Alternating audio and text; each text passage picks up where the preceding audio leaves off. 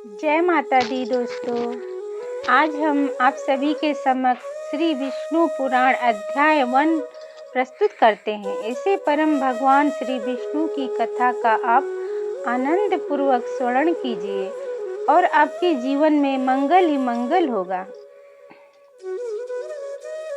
सूत जी बोले, एक समय प्राचीन काल में मुनिवर पराशर जी निष्कर्मों से निर्वृत्त थे।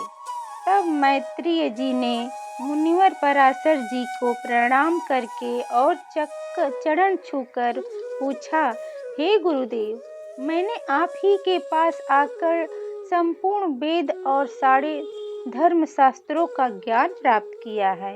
हे मुनि श्रेष्ठ, आपकी कृपा से मेरे विपक्षी भी मेरे लिए यह कदापि नहीं कह सकेंगे कि मैंने संपूर्ण शास्त्रों के अभ्यास से परिश्रम नहीं किया।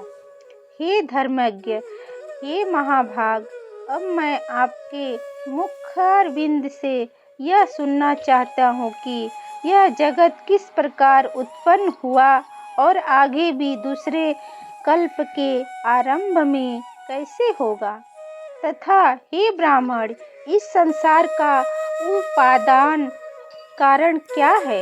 यह संपूर्ण चराचर किससे उत्पन्न हुआ है? यह पहले किसमें लीन था और आगे किसमें विलीन हो जाएगा? आप मुझे यह बताने की कृपा करें कि इस जगत में भूतों का परिमाण, समुद्र, पर्वत और देवता आदि की उत्पत्ति कैसे हुई? पृथ्वी और सूर्य का आधार क्या है? चारों युग का विश्लेषण क्या है? प्रलय किस स्वरूप में होगा? चारों युगों के सारे धर्म, देवर्षि और राजाओं के चरित्र बताने की कृपा करें एवं व्यास जी के रचे हुए वैदिक शास्त्र को रचना, ब्राह्मण के वर्ण तथा ब्राह्मणों द्वारा बनाए आश्रमों के धर्म के बारे में ज्ञान दे। मैं आपकी ही कृपा से यह सब जान सकता हूँ। श्री पराशर जी बोले, हे सूत जी, मेरे दादाजी श्री वशिष्ठ जी ने इस प्रसंग का वर्णन किया था। यह प्रसंग याद दिलाने के लिए तुम धन्यवाद के पात्र हो।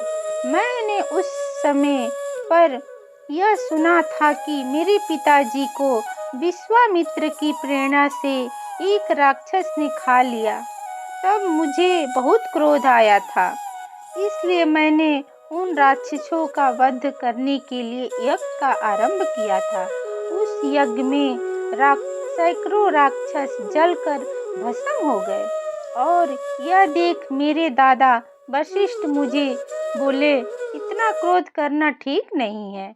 तुम्हारे पिताजी के लिए जो होना था वही हुआ, उसमें राक्षसों की कोई भूल नहीं है। इस संसार में कोई किसी को नहीं मारता, सब अपने कर्मों का फल भोगते हैं।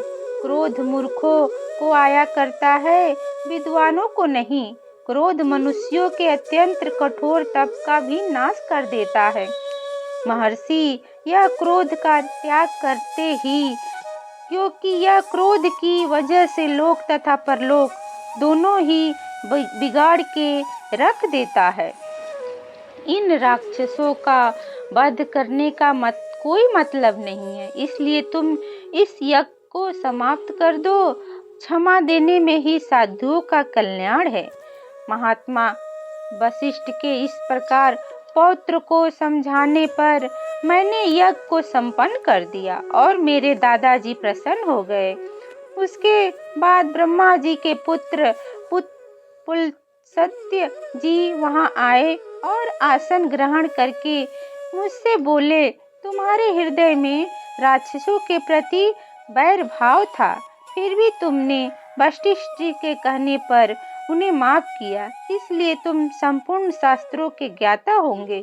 और इतना क्रोधित होने पर भी तुमने मेरा आदर पूर्वक स्वागत किया, इसलिए मैं तुम्हें एक वर देता हूँ। हे वत्स, तुम पुराण संहिता के वक्ता बनोगे और देवताओं की यथार्थ स्वरूप को जानने की शक्ति रखोगे। मेरे प्रसाद से तुम्हारी निर्मल बुद्धि प्रवृत्ति और निर्वृत्ति के उत्पन्न करने वाले कर्मों से निसंदेह हो जाएगी। और फिर कुल सत्य जी के वर देने के बाद भगवान वशिष्ठ बोले, यह सब सत्य होगा।